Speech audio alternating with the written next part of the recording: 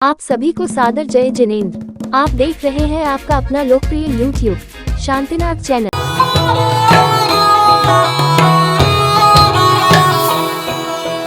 आओ पधारो हे जनवर, भाग्य हमारे जागे जी।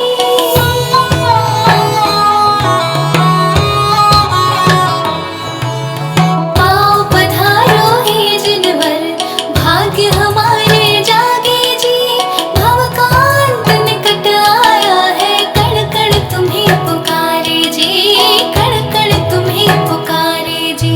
मंगल घड़ी आए दिन दर्शन की, मंगल घड़ी पावन घड़ी आए दिन दर्शन की, मंगल घड़ी। मेरा रोम रोम रोमांचित आज दिन दर्शन की मंगल घड़ी, मेरा रोम रोम रोमांचित आज दिन दर्शन की मंगल घड़ी। ओ मंगल घड़ी आए दिन दर्शन की, मंगल घड़ी पावन घड़ी आए दिन दर्शन की, मंगल घड़ी। मेरा रोम रोम रोमांचित आज दिन दर्शन की मंगल घड़ी, मेरा रोम रोम रोमांचित आज दिन दर्शन की मंगल घड़ी।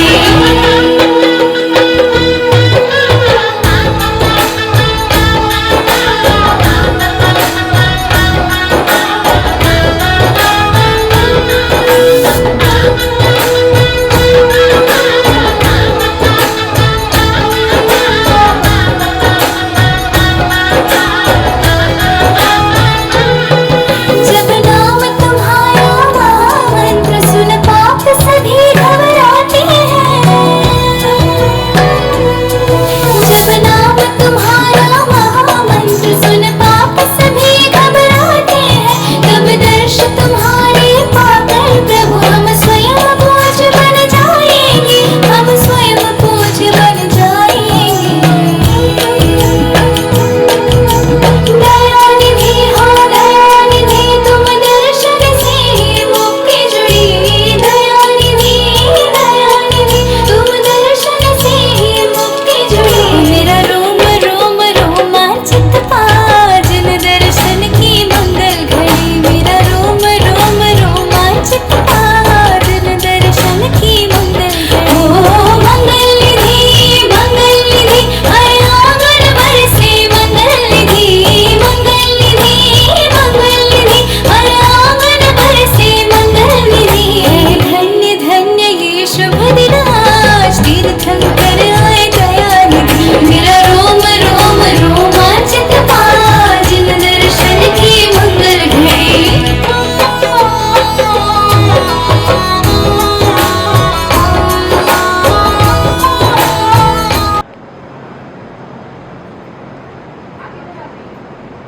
ओ जगत के शांति दाता शांति जिनेश्वर, जय हो तेरी। ओ जगत के शांतिमय श्रद्धे गुरु, त्यागी मूरत हे गुरु, करते हैं हम प्रणाम, करते हैं हम प्रणाम। तेरी वाणी लेके आए उन हवाओं को प्रणाम। तेरी वाणी लेके आए उन हवाओं को प्रणाम। आ जाओ भाभी। शांतिमय आ जाओ। श्रद्धे गुरु, त्याग। आरती में मम्मी जैसी मन की वीणा से गुंजित ध्वनि मंगलम, स्वागतम स्वागतम स्वागतम स्वागतम। अभिनंदन करते हैं हम सब, हाथों में रोली चावल है। अभिनंदन करते हैं हम सब। आज के हमारे पुण्यार्जन परिवार श्रीमान राजेंद्र जी, श्रीमती अनीता जी, और इसी के साथ ही आज के हमारे पुण्यार्चक पर श्रीमान वीरेंद्र जी, श्रीमती बीना जी, अनंत ज्ञाता हे शुद्ध बुद्ध जिन सिद्ध अबद्ध दाता आचार्य वर्यो बजाय सुसाधु सिंधु मैं बार बार तुम पाद पयोज बंदू है मूल मंत्र नवकार सुखी बनाता जो भी पढ़े विनय से अघ को मिटाता है आद्य मंगल यही सब मंगलों में ध्याओ इसे न भटको जग जंगलों में सर्वज्ञ देव अरहंत परोपकारी श्री सिद्ध वंद्य परमात्म निर्विकारी श्री केवली कथित आगम साधु प्यारे ये चार मंगल अमंगल को निवारे श्री वीतराग अरहंत कुकर्मनाशे श्री सिद्ध शाश्वत सुखी शिवधाम वासी श्री केवली कथित आगम साधु प्यारे ये चार उत्तम अनुत्तम शेष सारे जो श्रेष्ठ हैं शरण मंगल कर्म जेता आराध्य हैं परम है शिव पंथ नीता हैं वंद्य के चरणरों असुरों सुरों के वेधेय पंच गुरु हम बालकों के वेधेय पंच गुरु हम बालकों के तीन भुवन में सार बीत राग विज्ञानता शिव स्वरूप शिवकार नमो त्रियोग समारी के। बोले आदि ब्रह्मा आदि जनेश्वर देवादि देवी खजराट श्री आदिनाथ भगवान की सूर्य नगर के मूल नायके खजराट श्री शांतिनाथ भगवान की संत श्रोमणी आचार्य गुरुवत्स 61 विद्यासागर जी महामुनिराज की नूतनाचार्य परंपराचार्य श्री तमय सागर जी महामुनिराज की आचार्य श्री ज्ञान सागर जी घे सागर जी महामुनिराज की निर्यापक श्रमण मुनिपुंगव श्री 61 सुधा सागर जी महामुनिराज की मुनि श्री 61 शिव सागर जी महाराज की आरिका श्री 105 सुज्ञानमती माता जी की आरिका श्री 105 दयामती माता जी की समस्त मुनि आरिका संघ की चौथी डाल निकाल लें। एक बार उसका पूरा पाठ करते हैं अपन। सम्यक श्रद्धा धारी पुनि शिवहु सम्यक ज्ञान स्वपर अर्थ बहुधर्म जुत जो प्रगटावन भान सम्यक साथे ज्ञान होय पे भिन्न आराधो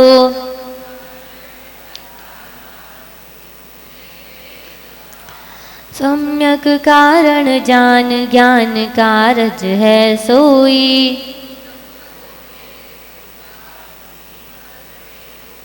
तास भेद दो है परोक्ष पर तचित न माही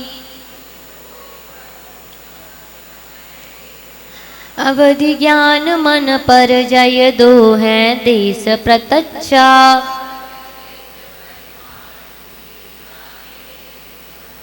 सकल द्रव्य के गुण अनंत पर जाए अनंता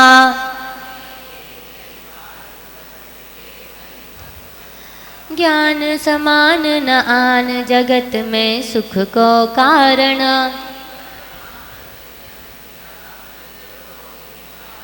कोटि जन्म तप तपै ज्ञान बिन कर्म झरी जे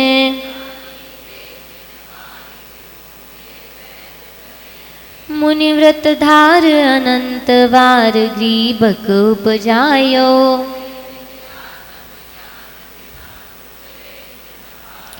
ताते जिनवर कथित तत्व अभ्यास करी जय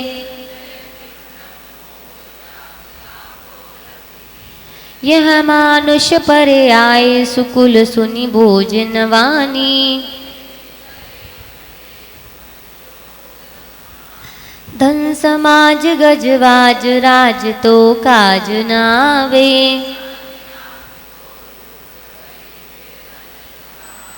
तास ज्ञान को कारण स्वपर विवेक बखानो।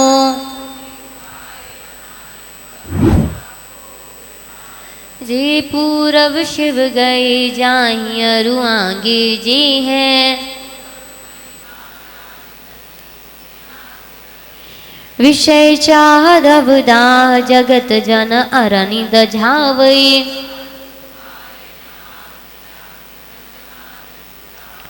पुण्य पाप फल माहि हरख बिलखो मत भाई।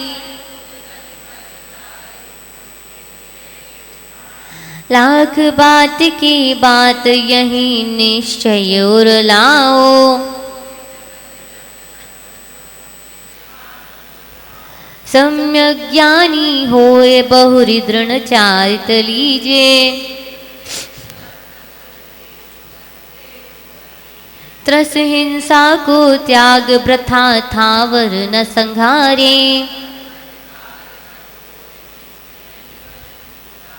जल मृतिका बिन और नाही कछु गहे अदत्ता। अपनी शक्ति विचार परिग्रह थोरो राखे।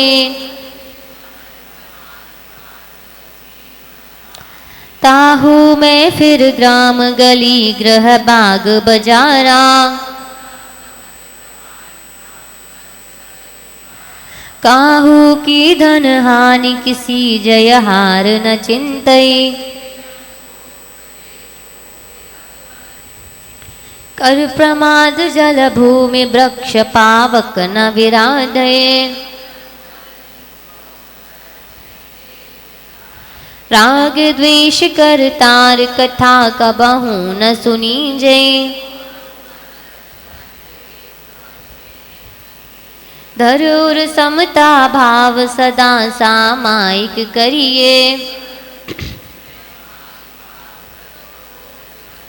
भोग और उपभोग नियम कर ममत निवारे।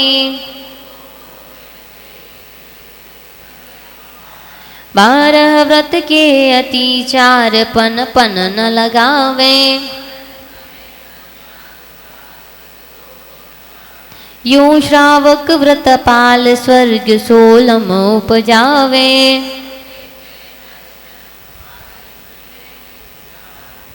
ये अपनी चौथी डाल कल अपनी पूर्ण हो गई थी।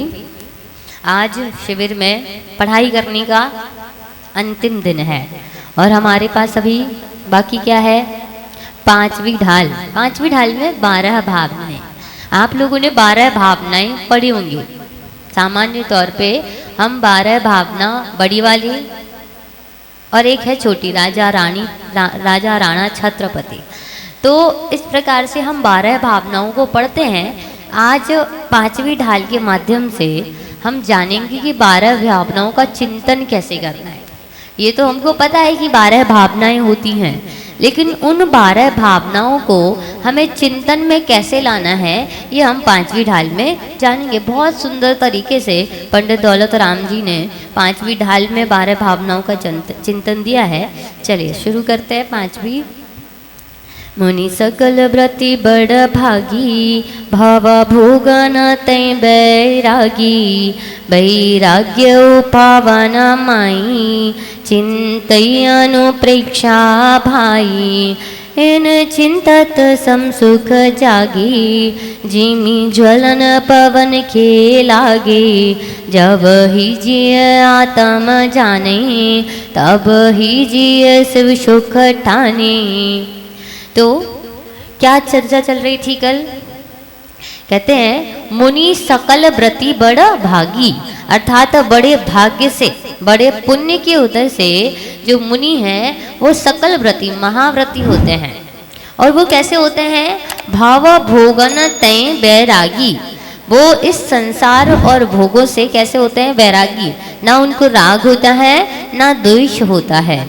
वैराग्य उपावन माई, और वैराग्य की उत्पन्न करने वाली जननी कौन है? तो कहा अनुप्रेक्षा चिंतई भाई, अर्थात 12 प्रकार की भावनाएं वैराग्य को उत्पन्न करती हैं। कोई भी जीव यदि वैराग्य उसके अंदर उमड़ रहा है तो इन 12 भावनाओं में से कोई न कोई एक भावना उसके अंतरंग को छू गई है, इसीलिए वो वैराग्य के पथ पर आगे बढ़ गया। आगे कह रहे हैं कि इन भावनाओं का फल क्या होता है? तो जैसे कहते हैं कि एक पवन का झोंका क्या करता है? आग बुझाने की बात नहीं कर रहे, यहाँ पे जलाने की कह रहे। इन चिंतत समसुख जागे, अर्थात इन 12 भावनाओं का चिंतन करने से कौन सा सुख जागता है या उत्पन्न होता है? सम सुख। सम सुख मतलब समता। समता क्या कहलाती है? दुख में और सुख में एक समान रहना, वो समता भाव कहलाता है। जिमी ज्वलन पवन के लागे, जैसे हवा के लगने पर, मैंने कल आपको उदाहरण बताया था कि अपने यहाँ पे जब अपन चूल्हा जलाते हैं तो जब आग थोड़ी कम होती है तो हम बीजने से या किसी से हवा करते हैं उस अग्नि में, और जब वो हवा का प्रेशर उस पर लगता है तो अग्नि जल जाती है। जो जैसे पवन से अग्नि जल रही है वैसे ही वैराग्य की अग्नि जलती है। समता सुख जगता है किससे? तो 12 भावनाओं के चिंतन करने से। जब ही जिए आत्म जाने, जैसे ही वह जीव आत्मा को जानने लगता है। किससे जानेगा? तो क्या 12 भावनाओं के जब चिंतन करेगा तो वह आत्मा को जानेगा, तब ही जिए शिव सुख ठाने, और वैसे के वैसे तुरंत ही वह शिव मार्ग पर या शिव सुख को प्राप्त हो जाता है। चलिए, कितनी भावनाएं अपन ने कल बताई थी? कितनी होती हैं? 12 भावनाएं होती हैं। 12 भावनाओं के नाम किसको पता है? बस इतने लोगों को पता है। कल बताए थे ना कौन कौन सी होती हैं 12 भावनाएं? अनित्य भावना, अशरणन भावना, संसार भावना, एकत्व भावना, अन्यत्व भावना, असुचि भावना, आश्रव भावना, संबर भावना, निजरा भावना और लोक भावना, बोधि दुर्लभ भावना और धर्म भावना। ऐसी कितनी भावनाएं होती हैं? ये 12 प्रकार की अनुप्रेक्षाएं या 12 भावनाएं होती हैं। पहली भावना अपन पढ़ते हैं। जो बन ग्रह गोधन नारी, हय गय जन आज्ञाकारी। पढ़िए।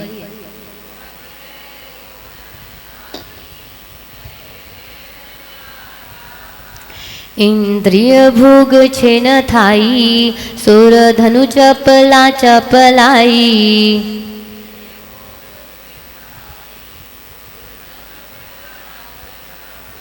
साथ में पढ़ते हैं। जो बन ग्रह गोधन नारी, हय गजन आज्ञाकारी। इंद्रिय भोग छन थाई, सुर धनु चपला चपलाई। अनित्य भावना। अनित्य क्या?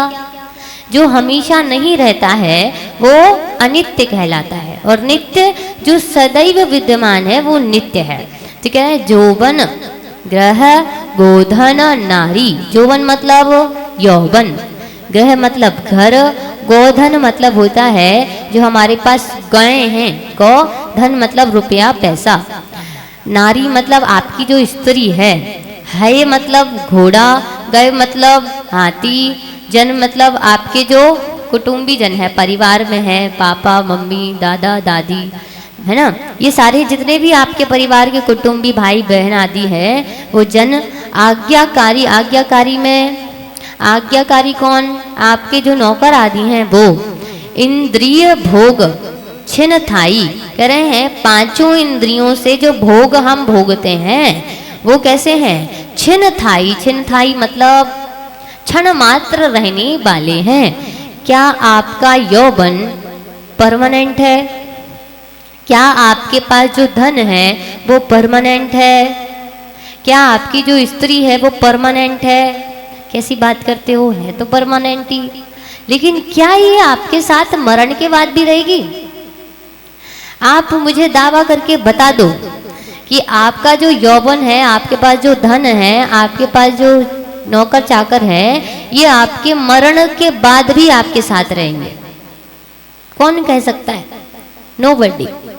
नहीं रहते, रहते ही नहीं है। क्यों? क्योंकि ये क्षण थाई है, अर्थात क्षण मात्र के हैं सुख देने वाले। अब क्षण मात्र मतलब ऐसा नहीं समझना कि एक ही क्षण, एक आयु तक ही ये हमारे साथ रहेंगे, अगली आयु में साथ जाने वाले नहीं हैं। सुर धनु चपला चपलाई कैसे है? तो आपने देखा है इंद्रधनुष है?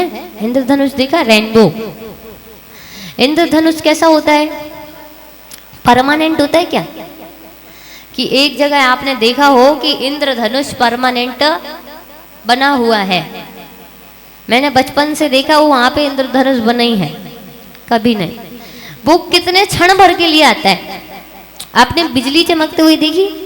जब पानी बरसता है तो बिजली चमकती है, और बिजली जब चमकती है तो वो थोड़ी देर के लिए चमकती है, फिर पानी बरसता है, फिर थोड़ी देर के लिए चमकती है, फिर पानी बरसता है। तो कह रहे हैं जैसे ये इंद्रधनुष आदि कैसे हैं? क्षण मात्र है, चंचल है, अभी है, दूसरे पल नहीं होंगे। वैसे यहाँ पे ही कह रहे हैं कि यौवन ग्रह गोधन नारी है गए जन आज्ञाकारी। ये इस तरीके से आपका यौवन, आपके घोड़े, हाथी, धन, स्त्री, ये सारे भी क्या है? क्षण मात्र के लिए इस आयु तक ही सिर्फ आपके साथ हैं, अन्यत्र वो आपके साथ जाने वाले नहीं हैं। ऐसा चिंतन करना अनित्य भावना है। क्या चिंतन करना? बताइए, अभी घर जाके चिंतन करना है आपको।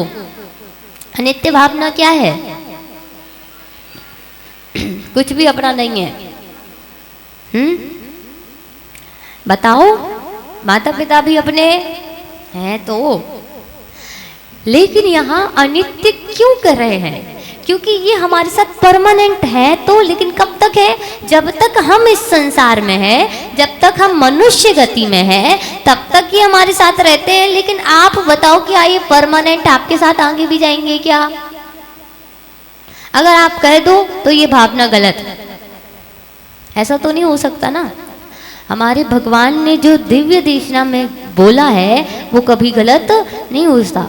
उन्होंने कहा कि ये सब अनित्य हैं, सो अनित्य हैं, और उन्होंने कहा सो नहीं अनित्य हैं। तो इंद्रिय ग्रह ये सारी चीजें जो हैं क्षणस्थायी है, अर्थात क्षण मात्र के लिए ही हमको सुख देती हैं। जैसे इंद्रधनुष, सुरधनु, सुरधनु मतलब इंद्रधनुष, चपला चपलाई, और जैसे इंद्रधनुष और आसमान में जो बिजली है, जैसे वो चपलता होती है ना कि एक पल के लिए है और दूसरे पल गायब हो जाती है, ऐसे ये एक आयु में हमारे साथ हैं और दूसरी आयु में हमको पता ही नहीं चलेगा। कल मैंने आपको जो स्टोकदेश जी की 9वीं गाथा भी बताई थी। देखिए, देशेभ्य खगाएत्य संबसंती नगे नगे स्वस्वकार वसाद्यांति देशे दीक्षु प्रगे प्रगे। हमारे आसपास जो हमको वस्तुएं मिली हैं वो सिर्फ एक ही पर्याय के लिए मिली है। जैसे रात्रि में विश्राम करने के लिए बहुत सारे पक्षी आकर के एक पेड़ पर अपना डेरा जमा लेते हैं, बसेरा बना लेते हैं, वहाँ पे रिश्ते नाते सब बना देते हैं, और जैसे ही सुबह होती है वो अपने अपने देश को, अपनी अपनी दिशाओं में वापस चले जाते हैं। तो कह रहे हैं ऐसे ही हम भी अन्य कई कई पर्यायों से आए हैं। हम क्या पता हमारे साथ में जो हमारे माता पिता हो, त्रियंज से आए, कोई नरक से आए, कोई देव से आए, कोई मनुष्य से आए, तो ऐसे अलग अलग पर्यायों से आकर के हम यहाँ पे मिले हैं, है ना। आप लोग करते हैं ना पार्टी, पार्टी क्यों करते हैं हम? ये शादियाँ क्यों करते हैं? ताकि जो दूर दूर के रिश्तेदार हैं उनको कोई बहाना मिल जाए मिलने का। तो हमारे कर्म भी बहाना है जो हमें अभी एक भाव में साथ में मिला दिया है। अगले भाव में ये साथ में जाएंगे या नहीं जाएंगे इसका कोई भी कहा नहीं जा सकता। तो ऐसा चिंतन करना अनित्य भावना कहलाती है।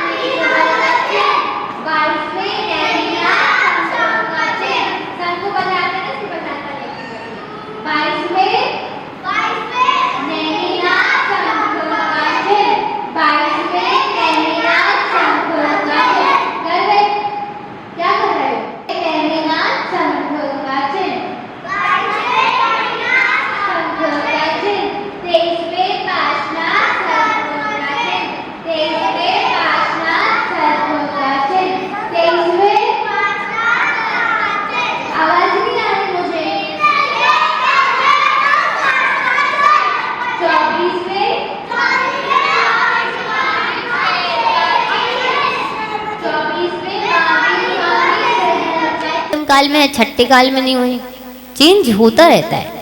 तो कहना है काल भी बदलता रहता है। फिर भाव, भाव हमारे अंदर के जो भाव है वह भी कभी एक जैसे नहीं रहते।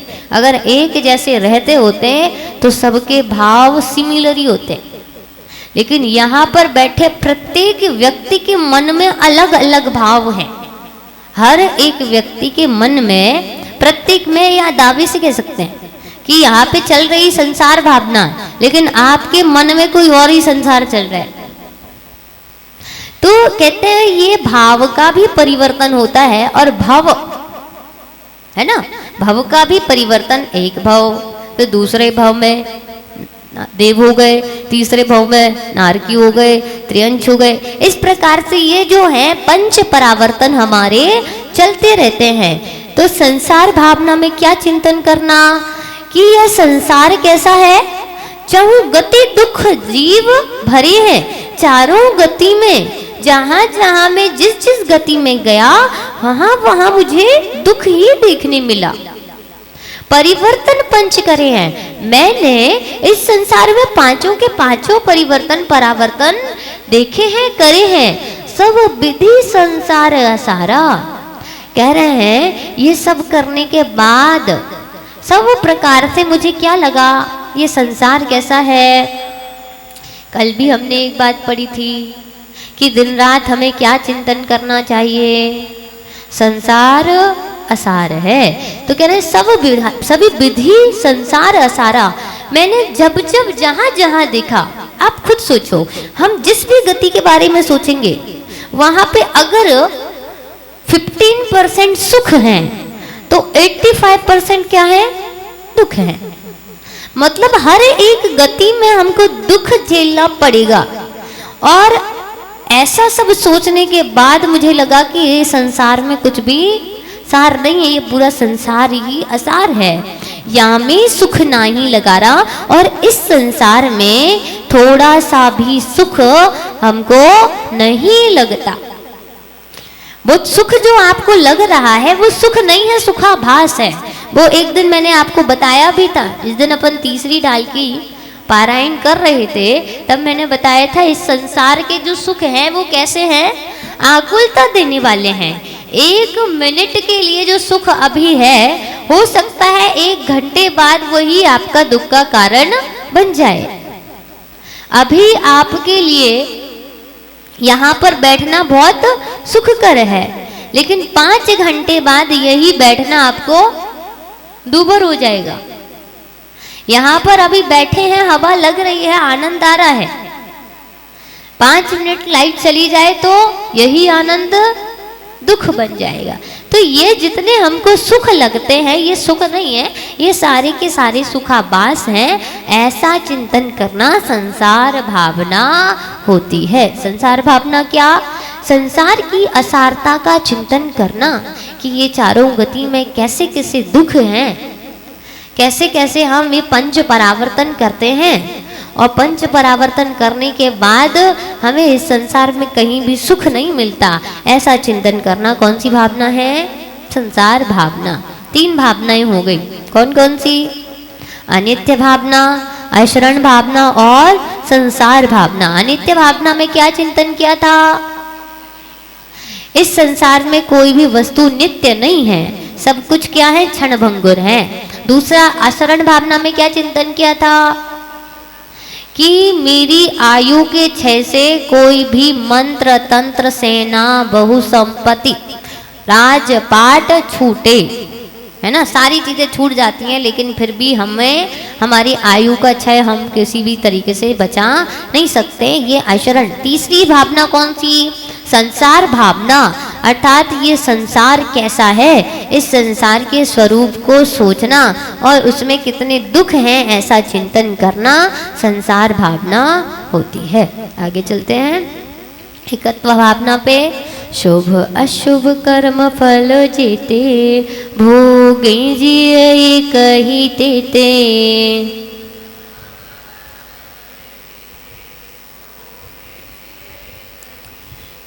सुत दारा होए न सिरी, सब स्वार्थ के हैं भीरी।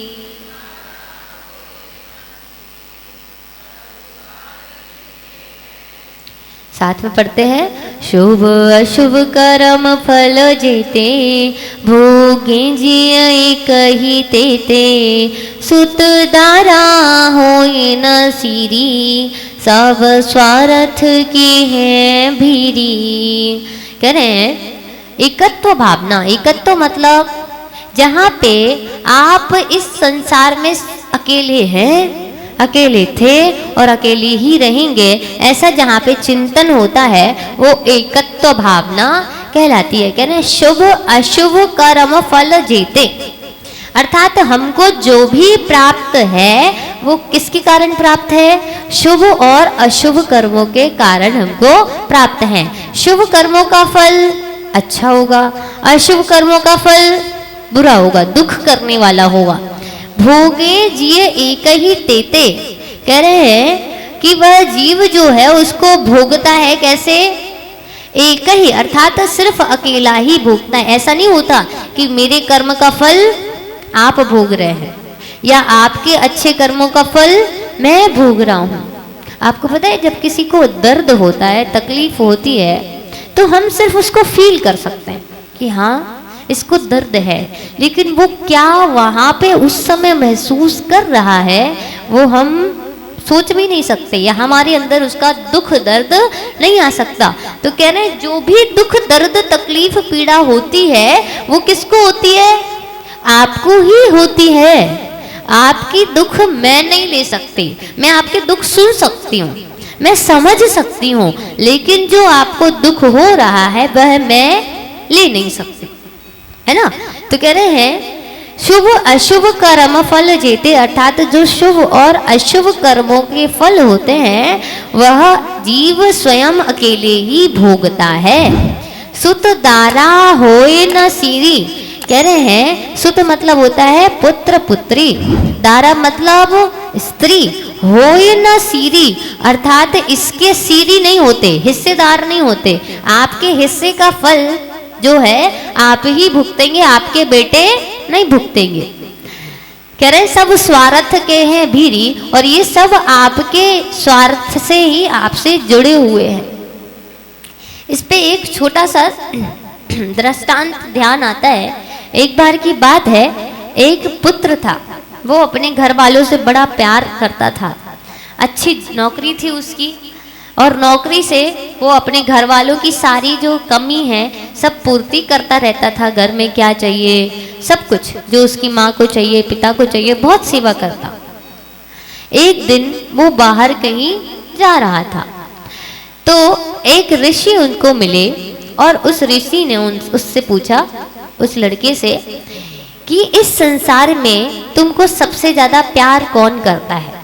तो कहने लगे मेरा पूरा परिवार मुझसे प्यार करता है। तो कहने लगी बेटा सब स्वार्थ के ही आपके साथ है, आपसे कोई भी इस संसार में प्रेम नहीं करता। जब सबके सब जितने भी आपके परिवार के जन हैं वो आपसे क्या है? स्वार्थ के वशीभूत होकर के जुड़े हुए हैं। उसको ये बात नहीं सुहाई, और नॉर्मल सी बात है, मैं भी आप लोगों से ये बात कहूँगी तो आप लोगों को भी अच्छी नहीं लगेगी। कैसी बात करते हो कि सब ऐसे ही हैं? ऐसे ही होते तो हमारे लिए इतना काम थोड़ी करते। हमारे माता पिता इतनी मेहनत करके हमको पढ़ाते हैं, लिखाते हैं, ये सब करते हैं। क्यों करते हैं? क्योंकि वो हमसे प्यार तो करते हैं, तभी तो ये सब करते हैं। उनका हमारे प्रति वात्सल्य है। तो उसको, उस लड़के को ये बात बिल्कुल भी रुचि नहीं, अच्छी नहीं लगी, और वो उससे बहस करने लगा साधु ऋषि से। ऋषि उसको समझा रहा है कि पुत्र जो मैं कह रहा हूँ वही सत्य है। तो कहने लगे मुझे प्रूफ दो। तो उन्होंने कहा ठीक है मैं प्रूफ देता हूँ, आपको जैसा मैं कहता जाऊँ वैसा करना है। उन्होंने कहा ठीक है। तो उन्होंने कहा क्या करना है? तो कह रहे हैं कि तुम घर पे जाना है ना, और जा करके थोड़ी देर बैठ करके बेहोश हो जाना, और अगर हिम्मत पड़ जाए तो थोड़ी देर अपनी सांस भी रोक लेना, जिससे सबको क्या लगे मरने की एक्टिंग करनी है। ठीक है? तो कहने लगे ठीक है, बात मानी। तो कहने लगे भैया अगर मान लो सबने मरा हुआ मुझे पहचान लिया और कुछ हो गया तो वो कहने लगे ऋषि तुम चिंता नहीं करो, हम हैं, हम देख लेंगे। उस लड़के ने क्या किया, वो गया सेम जैसे उसने कहा था, सबसे मिला जुला। उसके बाद उसने करा एक्टिंग की कि मेरे यहाँ पे कुछ तकलीफ हो रही है, और वो तकलीफ में ही गिर गया और उसकी सांस उसने थोड़ी देर के लिए रोक ली। जब उसको कोई चेक करता तो सांस नहीं चलती। अब उसकी पत्नी थी, माँ थी, है ना, पिता थे और 1-2 भाई थे, सब लोग घर में साथ में रहते थे। सब आए बहुत परेशान, रुदन करने लगे, रोने लगे, मचलने लगे, सब क्या हो गया क्या हो गया। ठीक है, तो बाहर एक ऋषि गुजर रहे थे। वो ऋषि कौन थे, वही ऋषि थे।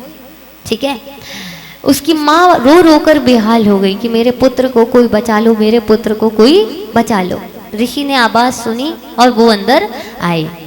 तो उन्होंने कहा कि क्या हो गया, क्या बात हो गई माँ जी, क्यों रोती हो।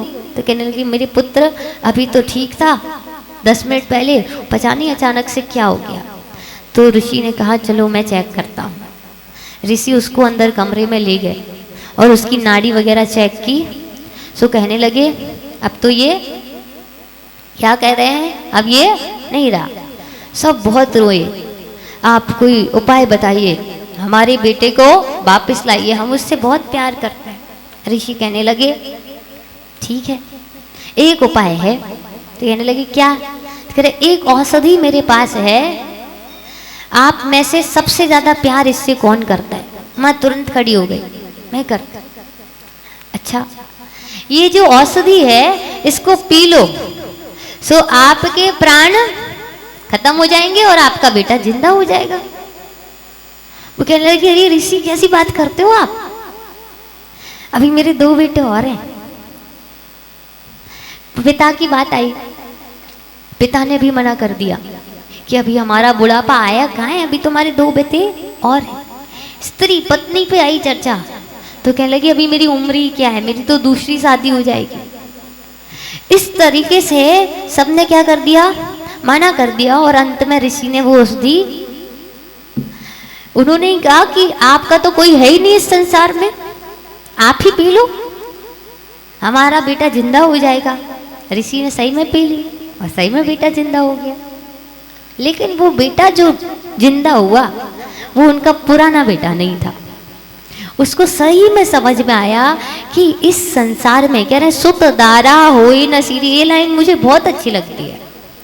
सुत दारा होए न सीरी, ये कोई भी आपके कर्म फल को भोगने में आपके साथी नहीं है, ना ही आपके बदले के कर्म भोगेंगे। आपके असाता बीरनीय कर्म का उदय है, आप उसका भोग खुद करोगे, आपके घर वाले आपका भोग नहीं कर सकते। सब स्वार्थ के हैं भेरी, जब तक इस संसार में आपसे उनका स्वार्थ चलेगा तब तक वो आपके अपने हैं। अन्यत्र जिस दिन आपने उनके स्वार्थ का काम करना बंद कर दिया तो वो उसी दिन आपके लिए पराये हो जाएंगे। इस प्रकार से यही दुनिया की, यही संसार की एकमात्र सीख है कि इस संसार में एक जीव अकेला ही स्वयं के खुद के कर्मों का फल भोगता है। ऐसा चिंतन करना एकत्व भावना कहलाती है। आगे चलते हैं। जल पर ज्यों जिय तन मिला, पै भिन्न भिन्न नहीं भेला।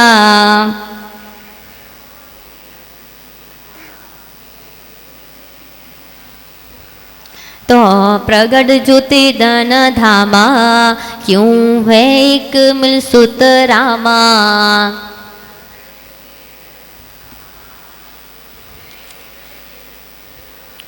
पूरा पढ़ते साथ में। जल पल ज्यों जिय तन मिला, पै भिन्न भिन्न नहीं भेला। तो प्रगट जुते धन धामा, क्यों है एक मिल सुत रामा। कह रहे हैं कि जैसे इस संसार में आपका कोई साथी नहीं है जो कर्म को भोग सकता है, तो यहाँ क्या, इवन आपकी जो बॉडी है, आपका जो शरीर है, वह भी आपका नहीं है। एकत्व भावना में क्या कहते हैं कि आप अकेले ही कर्म को भोगते हैं, आपके परिवारजन भी आपका साथ नहीं देते। अनियत्व भावना कहती है कि आपका शरीर भी आपका साथ नहीं देता। कैसे? तो कह रहे हैं जल पाए ज्यों जिय तन मिला। कह रहे हैं जैसे जिय तन अर्थात जीव और शरीर कैसे मिले हुए हैं, जैसे जल पाए, जैसे पानी में दूध या दूध में पानी जब हम मिला देते हैं तो वो कैसे हो जाते हैं, एक मेक हो जाते हैं। वैसे ये जो शरीर है, इस शरीर में आत्मा एक मेक होकर के रहती है, मिले हुए हैं। पै भिन्न भिन्न नहीं भेला, फिर भी कैसे हैं, फिर भी क्या है, दूध अलग है भाई, पानी अलग है, दोनों का लक्षण भी अलग अलग है। दूध जो है सफेद कलर का होता है, पानी का कोई कलर नहीं होता। तो कह रहे हैं जैसे पानी और दूध अलग अलग होने पर भी जब हम मिला देते हैं तो हमें समझ में नहीं आता। जब दूध और पानी को अलग कैसे कर सकते हैं, सिर्फ एक ही तरीका है उसको अलग करने का। कैसे? दूध को गैस पे चढ़ा दो तो जितना पानी पानी होगा वो भाप भाप बन करके उड़ जाएगा। तो कह रहे हैं ऐसे ही आत्मा और शरीर भी कैसे हैं, मिले हुए हैं। यदि इस शरीर से आत्मा को अलग अलग करना है तो कर्मों की निर्जरा करनी पड़ेगी और निर्जरा के लिए तप करना पड़ेगा। जैसे दूध से पानी को अलग होने के लिए गैस पे तपना पड़ता है, वैसे ही इस संसार से हमें तरने के लिए, संसार इस शरीर से अलग होने के लिए हमें भी तप करना पड़ता है। ठीक है? तो कह रहे हैं जल पाए ज्यों जिय तन मिला, जैसे जीव और तन अर्थात शरीर और आत्मा जैसे एक साथ हैं। कैसे एक साथ है? जैसे पानी और जल, जैसे जल में पानी मिला दो तो वो एक मेक हो जाते हैं, वैसे ही हमारा शरीर और आत्मा भी एक मेक है। लेकिन कैसे हैं? तो भिन्न भिन्न नहीं भेला, फिर भी कैसे हैं? दोनों अलग अलग हैं। तो प्रगट जो ते धन धामा, कह रहे हैं जब शरीर ही भिन्न भिन्न कह रहे हैं तो कह रहे हैं तो प्रगट जुते धन धामा, फिर जो अन्य चीजें हैं वस्त्र धन धान्य, कह रहे हैं ये सब क्यों है एक मिलसुत रामा। फिर कह रहे हैं फिर आप कैसे कह सकते हैं कि जो ये पुत्र कहते हैं क्यों है एक मिली सुत, सुत मतलब होता है पुत्र और रामा मतलब स्त्री। फिर आप कैसे कह सकते हो कि ये धन, ये मित्र और ये पुत्र, ये सारी चीजें आपकी हैं। जब आपका शरीर ही आपका नहीं है तो आप कैसे कह सकते हैं कि ये सारी चीजें मेरी हैं। समझ में आया? एकत्व भावना में अकेलेपन का चिंतन करना है कि मैं एकमात्र ऐसा जीव हूँ जो अकेले क्या कर रहा हूँ, कर्म का फल भोग रहा हूँ। कोई भी मेरे साथ पार्टिसिपेट करने वाला नहीं है, कोई भी इसमें पार्टनरशिप नहीं करेगा कि है ना मैं ये लाया हूँ तो साथ में तुम भी खा लो। आपके कर्म आपको ही भोगने पड़ेंगे, ऐसा भावना का चिंतन करना एकत्व भावना है। और अन्यत्व भावना कहती है कि जब शरीर ही आपका नहीं है तो फिर आप कैसे कह सकते हो कि ये धन आपका है, ये पुत्र आपका है, ये माता पिता, ये सारी चीजें क्या हैं, आपकी हैं? नहीं। समझ में आया? एकत्व भावना और अन्यत्व भावना में डिफरेंस क्या है? एकत्व भावना में अकेलेपन का चिंतन है कि मैं सिर्फ एक अकेली सुख दुख का भोगी हूँ, और दूसरा यहाँ पे मेरा कोई अपना नहीं है। अन्यत्व मतलब भिन्न, कि मेरा शरीर भी मुझसे भिन्न है, मेरा धन भी मुझसे भिन्न है, मेरी स्त्री भी मुझसे भिन्न है, ये कोई भी मेरा अपना नहीं है, ये सारी चीजें हमसे भिन्न भिन्न हैं। समझ में आया? तो ऐसा चिंतन करना अन्यत्व भावना कहलाती है। आगे चलते हैं क्योंकि उसको अपन को पूर्ण करना है। पल रुद्र राध मल थैली की कसव सादी ते मेली,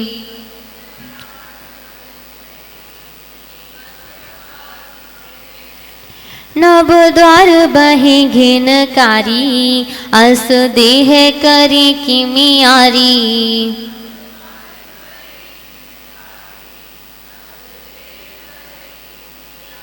पूरा पढ़ते हैं। पल रुद्राध मल थैली, की कसव सादी ते मेली।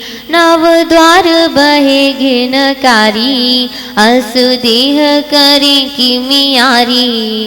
असुचि भावना, असुचि मतलब असुचिता, है ना। इसमें ये जब हम चिंतन करते हैं तो कहते हैं पल रुधिर राध मल थैली। एक मटके में हमने मल कचड़ा करकट सब भर दिया। क्या कर दिया? जितना गंदा बदबूदार हो सकता था ये सारी चीजें भर दी, और उसके ऊपर से हमने गुलाब के फूलों की माला रख दी। फिर उसके बाद हम रोजमेरी, जितने भी परफ्यूम्स होते हैं वो सारे उस पे छिड़क दिए। अब बताओ वो मटका कितना अच्छा है। क्या उस मटके को छूना भी पसंद करेंगे? उसमें मल भरा है। तो कह रहे हैं ऐसे ही हमारा शरीर भी उसी मटके जैसा है। हम उस पर बढ़िया सुंदर सुंदर परफ्यूम लगा लेते हैं, सुंदर सुंदर कपड़े पहन लेते हैं। कैसा है शरीर? पल रुधिर राध मल थैली। किसकी थैली है ये? पल मतलब मांस, रुधिर मतलब खून, राध मतलब पीप, मल मतलब विष्टा, है ना। इसकी क्या है? ये शरीर हमारी थैली है। जब जब इस असुचि भावना का चिंतन करोगे तब तक अपने शरीर से घृणा होगी।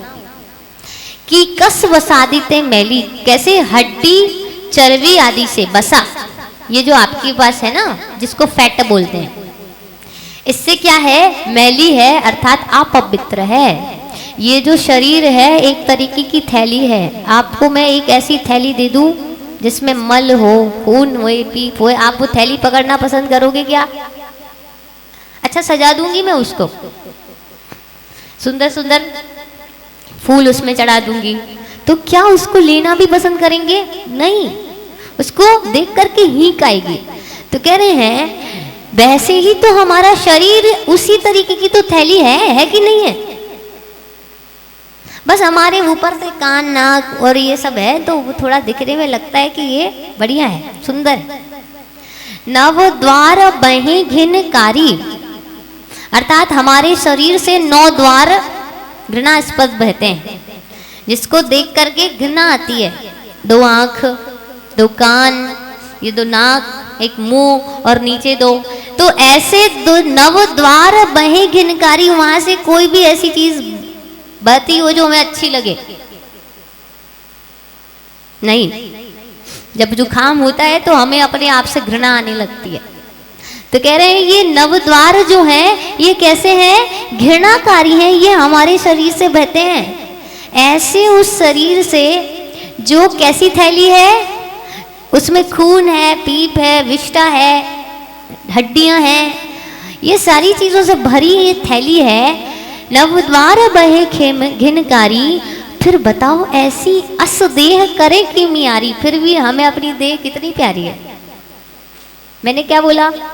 एक मटके में जो जो यहाँ पे लिखा है वे सारा भर के आपको दे दूं और कहूं कि इस मटके को सजाना है। हाँ तो टाओ कौन सजाएगा बताइए? प्राइज मिलेगा उसका, बहुत बड़ा अच्छा प्राइज जो है। टीवी सोफा कुछ रख देंगे और आपसे बोलेंगे कि ऐसे मटके हम सबको दे रहे हैं, अब उसको सजा करके लाओ। लेकिन आप इस मटके को तो सजाते रहते हो। सुबह उठती है 10 प्रकार के बॉडी सोप से क्या साबुन आते हैं, मुंह का अलग साबुन आता है, बॉडी का अलग आता है, बालों का अलग आता है, और तैयार करने के लिए कितनी मेहनत करते हैं। 1-1, 2-2 घंटे पार्लर में बैठे रहते हैं। तो उसी मटके को तो हम सजा रहे हैं, लेकिन वो वाला मटका क्यों एक्सेप्ट नहीं कर रहे हैं? क्योंकि उसमें वो चीजें दिख रही हैं, इसमें अंदर इनविजिबल हैं, दिखती नहीं है। और मान लो दिखने लगे तब भी शरीर तो अपना ही है, फिर भी हम अपने शरीर से प्रेम करते हैं। कितनी बड़ी बात है कि इतना गंदा हमारा ऐसा शरीर है जिसको सोच करके भी घृणा आए, लेकिन हम उस शरीर को और पाउडर लगा लो, थोड़ा सा परफ्यूम छिड़क लो, थोड़ा सा काजल लगा लो, थोड़ा सा मस्कारा लगा लो, ये सारी चीजें तब एकदम थोपड़े को इतना अच्छा सुंदर बना करके आते हैं। और फिर देखने के बाद मैं आपसे बोलूं अब चिंतन करो। क्या चिंतन करना है? इसके अंदर खून है, इसके अंदर मल है, इसके अंदर पीप भरी हुई है, इनविजिबल है, अभी दिख नहीं रहा है।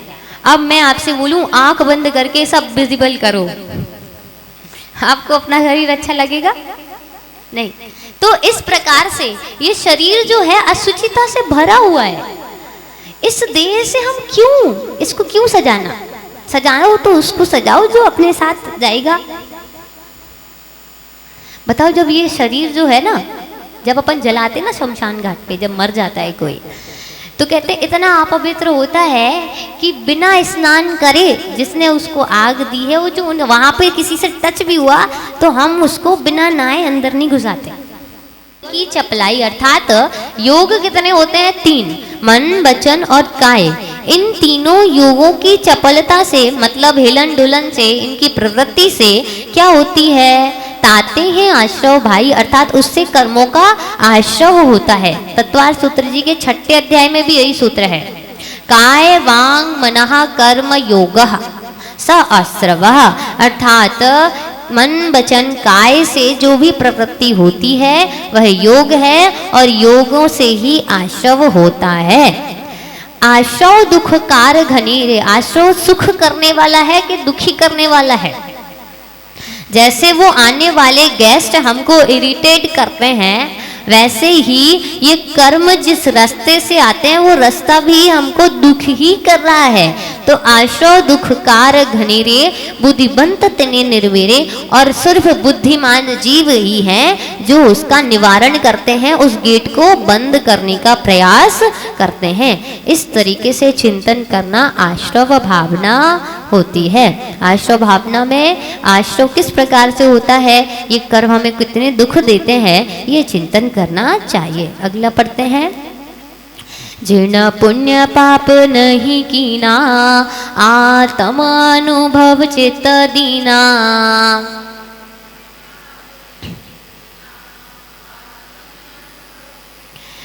तिन ही विधि आवत रोके, संबल ही सुख अवलोके।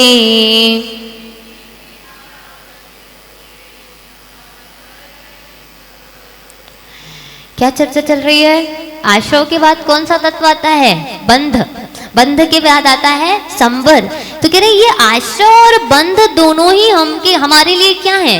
दुख के कारण है, क्योंकि ये कर्मों को इकट्ठा करेंगे और जब जब हमारी आत्मा से कर्म जुड़ेंगे तब तब हम इस संसार में ही रहेंगे। अगर संसार से छूटना है तो क्या करना पड़ेगा? 8 कर्मों का नाश करना पड़ेगा। और आश्रव होता रहेगा तो कर्म तो आने बंद होंगे ही नहीं। तो इसीलिए क्या करना पड़ेगा? संबर। संबर का अर्थ क्या होता है? कर्मों का आना, रुक जाना। तो कह रहे हैं जिन पुण्य पाप नहीं कीना, अर्थात जिन्होंने पुण्य पाप नहीं कीना, अर्थात जिनने शुभ भाव, पुण्य किससे होता है? शुभ कर्मों से, और पाप किससे होता है? अशुभ कर्मों से।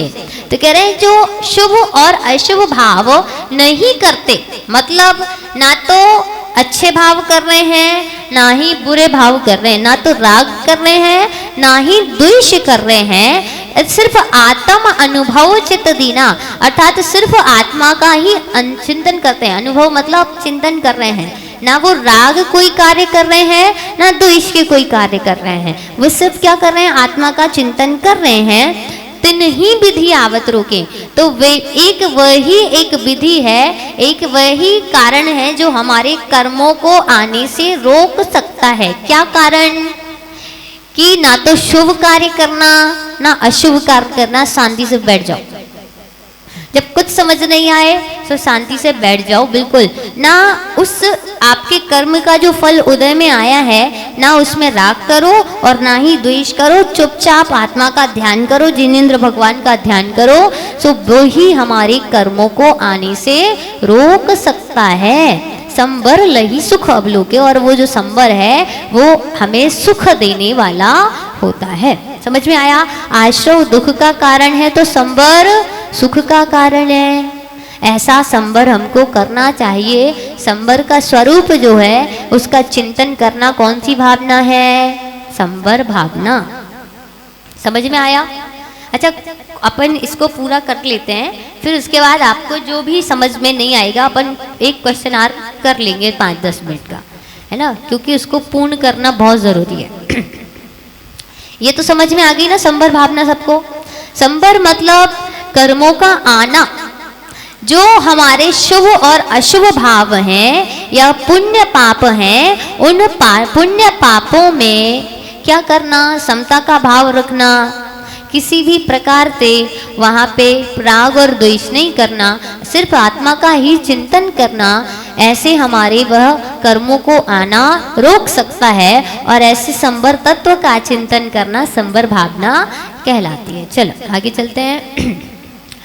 निज काल पाए विधि झरना, तासो निज काज न सरना।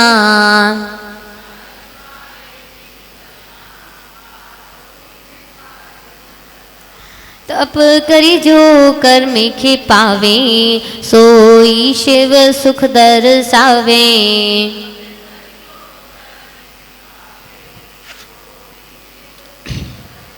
निर्जरा मतलब कर्मों का झड़ना। दो प्रकार से कर्म झड़ते हैं। आप लोगों ने आम का पेड़ देखा है? उस पे आम लगे देखे हैं? तो आम दो तरीके से पकता है। एक तो जब उसका टाइम आता है वो पक करके अपने आप गिर जाता है। एक हमारे यहाँ पे एक घरेलू तरीका है, आम कच्चा ही तोड़ लो, उसको न्यूज़पेपर में पैक करो और गेहूं में रख दो, तो हो सकता है कि 7 दिन बाद वो पक करके गिरता, लेकिन ऐसा करने से 3 दिन पहले ही पक जाए और हमको खाने में आ जाए। तो कह रहे हैं निज काल पाए विधि झरना, अर्थात हमारे कर्म भी ऐसे ही होते हैं। कर्म में 4 प्रकार के बंध होते हैं। इसमें से एक होता है स्थिति बंध। कौन सा? स्थिति बंध मतलब आपने एक कर्म आज बांधा, कितने दिन के लिए बांधा? 10 दिन के लिए बांधा, तो जो 10 दिन का टाइम है वो उसका स्थिति बंध कहलाता है। जब कर्म उदय में कब आएगा? जब वो 10 दिन का काल पूर्ण हो जाएगा। तो कह रहे निज काल पाए विधि झरना। मान लो मैंने एक कर्म बांधा 10 दिन के लिए और वो 10 दिन बाद उदय में आया, तो वो झड़ गया कि नहीं आया? आया और झड़ गया। समझ में आया? उदय में आना ही झड़ना कहलाता है। तो निज काल पाए विधि झरना अर्थात अपना अपना समय पाकर के जो कर्म है वह नष्ट हो जाते हैं, तो उसकी निर्जरा होती है। कौन सी निर्जरा? 2 प्रकार की निर्जरा होती है। एक होती है सविपाक निर्जरा और एक होती है अविपाक निर्जरा। जैसे आम जो है अपने आप पक करके टूट गया, उसको पकाने की जरूरत नहीं पड़ी, हमें उसके लिए कोई अलग से पुरुषार्थ नहीं करना पड़ा, तो वो अपने आप जो टूट गया है, अपने आप पक करके गिर गया है। वैसे ही हमें अपने कर्म को उदय में लाने के लिए कोई उपवास नहीं करना पड़ा, कोई एकासन नहीं करना पड़ा। जैसे ही समय पूरा हुआ वो कर्म उदय में आकर के झड़ गया, तो वो कौन सी निर्जरा होगी? सविपाक निर्जरा। फिर कह रहे हैं तासो निज काज न सरना, और उस निर्जरा से हमारा कोई भी काम नहीं होता, कोई भी काम नहीं होता। मतलब उस निर्जरा से तो मोक्ष की प्राप्ति नहीं होगी। हम तो बस बैठे हैं, पूरे पेड़ के आम जल्दी पके, एक एक करके पकता जाएगा, गिरता जाएगा, पकता। अब आप बताओ कब तक पूरे पेड़ के जो आम है पक करके गिरेंगे? कब तक आप वेट कर सकते हो? नहीं ना। तो कह रहे हैं कि ये जो निर्जरा है ये हमारे काम नहीं आती। 2 प्रकार की निर्जरा होती है, सविपाक निर्जरा, अविपाक निर्जरा। सविपाक निर्जरा मतलब जो अपना समय पाकर के कर्म आकर के जड़ जाता है वो सभी पाक निर्जरा होती है। और ये निर्जरा हमारे कोई भी कार्य नहीं आती, ये मुक्त मतलब हमको मोक्ष नहीं दिला सकती, सीधी बात। दूसरा, तप करी जो कर्म खिपापे। अब दूसरा, पूरे आम तोड़ लो और उसको क्या कर लो, न्यूज़पेपर में पैक करके। अब जो कर्म, जो हमें आम के फल 1 साल बाद पक कर के कभी गिरते कभी हम खाते, वो हमको 1 महीने में ही सारे के सारे आम मिल जाएंगे। तो कह रहे हैं ऐसे ही तप के द्वारा हम क्या करते हैं, कर्मों को उदय में लाते हैं। हो सकता है मेरा कर्म जो है 10 दिन बाद उदय में आना था, लेकिन मैंने आज उपवास किया, मैंने तप किया, तो वो 10 दिन के पहले ही झड़ गया। समझ में आ रहा है? 2 प्रकार के निर्जरा हैं। एक तो जैसे ही टाइम उसका होगा वो टाइम को लेकर के झड़ जाएगी, तो वो कौन सी निर्जरा, सविपाक निर्जरा। एक समय अभी हुआ नहीं है लेकिन हमने तपस्या करी, सो वो कर्म पहले उदय में आ गया, पहले ही झड़ गया। और ऐसे हमने अपने सारे कर्मों को धीरे धीरे तप के द्वारा झड़ा दिया, सो हम मोक्ष को प्राप्त कर जाएंगे। तो कह रहे हैं तप करी जो कर्म खिपावे सोई शिव सुख दर्शावे। और एक वही अविपाक निर्जरा होती है जो शिव सुख अर्थात मोक्ष को प्रदान करती है। निर्जरा भावना में निर्जरा का चिंतन करना कि निर्जरा कितने प्रकार की है, 2 प्रकार की है। एक सविपाक निर्जरा, एक अविपाक निर्जरा। सविपाक निर्जरा मतलब जैसे ही कर्म का समय आएगा वो अपने आप झड़ कर जाएगा, अपना फल दे करके जाएगा और झड़ जाएगा। लेकिन वो जो निर्जरा हो रही है वो हमारे काम नहीं आएगी। दूसरी निर्जरा कौन सी, अविपाक निर्जरा, मतलब हमने तपस्या की, जो कर्म 1000 वर्ष उदय बाद उदय में आने वाले थे, 100 वर्ष बाद उदय में आने वाले थे, वो अभी उदय में आकर के फल दे करके चले गए, झड़ गए। तो यही इस प्रकार की जो निर्जरा होती है वो हमको मोक्ष प्रदान करने वाली होती है। ऐसी भावना का चिंतन करना निर्जरा भावना होती है। आगे चलते हैं लोक भावना पे। कि नहु न करे न धरे को षड द्रव्यमयी न हरे को।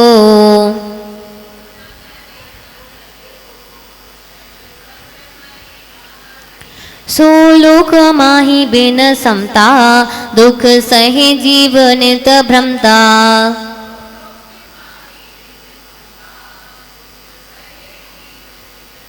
लोक भावना, आप बताओ लोक किसने बनाए हैं? ये सुमेरु पर्वत है ना, 2.5 द्वीप, जम्बू द्वीप, नरक, ये किसने बनाए हैं? लोग ईश्वरवाद में मानते हैं कि ये सारे लोक का जो निर्माण है ये ईश्वर ने किया। यदि मैं ये कह दूं अगर किया है तो सारे लोग एक से क्यों नहीं है? फिर अगर ईश्वर करने वाला है, ईश्वर अच्छा चाहने वाला है, तो फिर वो सज्जन सिज्जन क्यों नहीं बनाता? दुर्जन लोग क्यों बनाते हैं? नरक क्यों बनाया उन्होंने? तो कहते हैं इस लोक को किन्हु न करें न धरें को, ना इस लोक का कोई करता है और ना ही उसका कोई धारण करने वाला है कि कोई इस पूरे लोक को अपने इस हृदय में स्थित करे हैं, हम उनके हृदय में बस रहे हैं, ऐसा नहीं है। कह रहे हैं षड द्रव्यमयी न हरै को, और ऐसा कोई भी नहीं है जो ये जो पूरा है लोक वो षड द्रव्यों से भरा हुआ है। कोई भी इस लोक को नष्ट नहीं कर सकता। समझ में आ रहा है? ये पूरा लोक जो है 6 द्रव्यों से भरा हुआ है। इसमें जीव, पुद्गल, धर्म, अधर्म, आकाश और काल पाए जाते हैं। इस तीनों लोकों का ना तो कोई करता है, ना आदिनाथ भगवान ने बनाया, ना महावीर भगवान ने बनाया। अपने यहाँ पे ये नहीं कहते, हमारे यहाँ पे वो तीर्थंकर हुए कि एक समय पे जब धर्म नष्ट भ्रष्ट हो गया था तब ऐसे एक तीर्थंकर का जन्म होता है। अपने यहाँ पे अवतार नहीं माना जाता।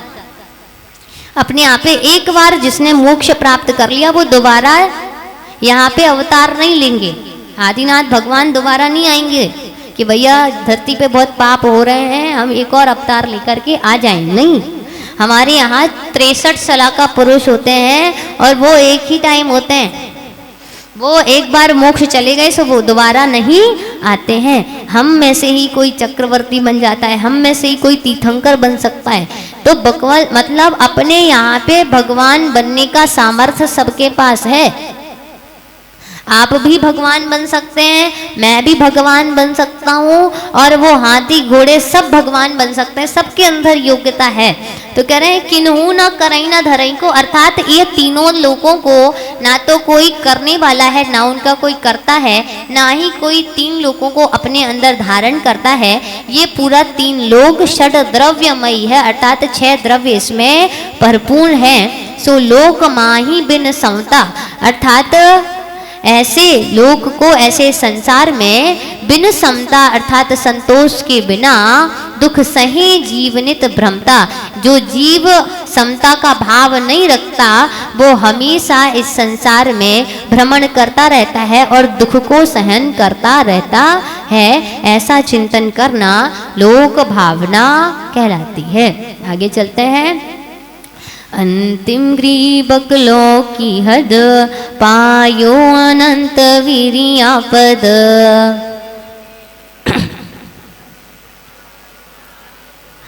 पर सम्यक ज्ञान न लाधो, दुर्लभ निज में मुनि साधो।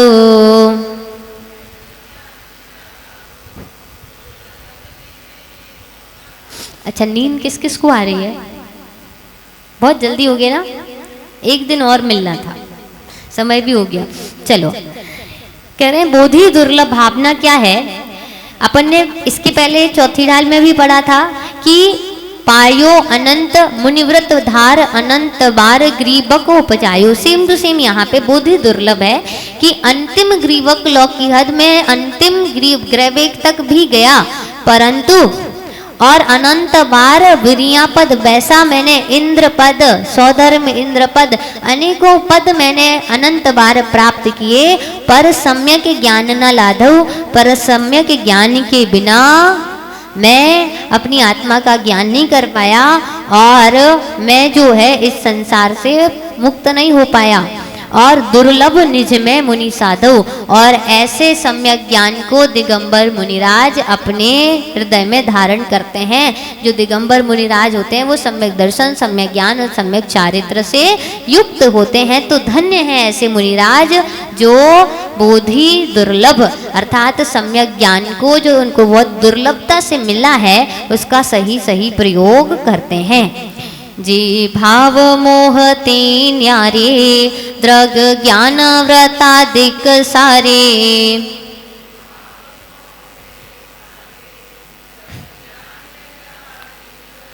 सो धर्म जब जिय धारे, तब ही सुख अचल निहारे।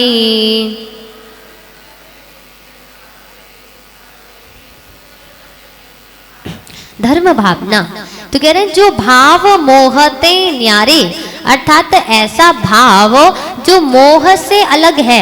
मोह मतलब मिथ्यात्व, राग, द्वेष, रति, हास्य, अरति, क्रोध, मान, माया, लोभ, ये सारे मोह की पर्याय हैं। तो कह रहे हैं जो भाव मोहते न्यारे, अर्थात जो इन सब मोहों से न्यारे हैं, अलग है, ऐसा वह धर्म क्या है?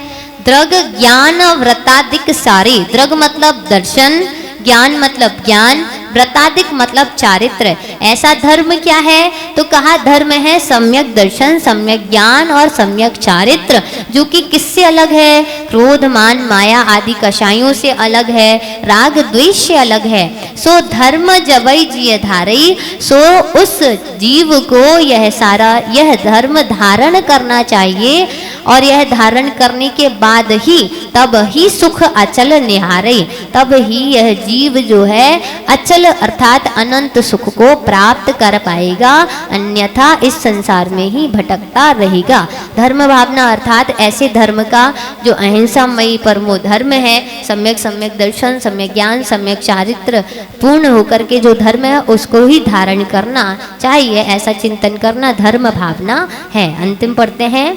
सो धर्म मुनिन करी धरिए, तिन की कर तुति उचरिए।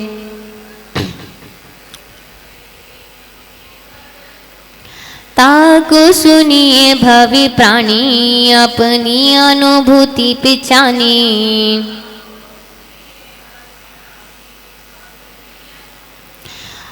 जो ऊपर धर्म बताया गया है, सम्यक दर्शन, सम्यक ज्ञान, सम्यक चारित्र, वह धर्म कौन धारण करता है? सो धर्म मुनिन करि धरि, अर्थात दिगंबर जो मुनिराज होते हैं वह ही इस धर्मों को धारण करते हैं। तिनकी करतूती उचरिए, अर्थात अब उनकी ही जो है कर्तव्य आगे छठवीं ढाल में कहेंगे।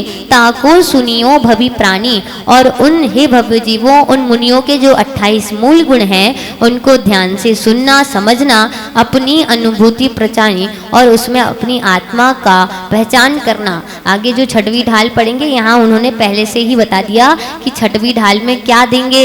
सम्यक दर्शन, सम्यक ज्ञान से, चरित्र से जो युक्त मुनिराज हैं उन मुनिराजों के 28 मूल गुण कैसे कैसे होते हैं। इस प्रकार अपनी चौथी और पांचवी ढाल का जल्दी जल्दी वाला कंप्लीट हो गया।